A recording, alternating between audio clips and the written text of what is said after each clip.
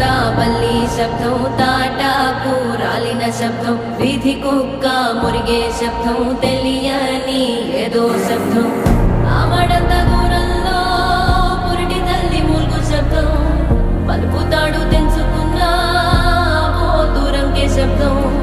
పాకలోని మేకలన్నీ కకావికలైన శబ్దం, చామురే ఎవరిదో చావుడప్పు మోగే శబ్దం.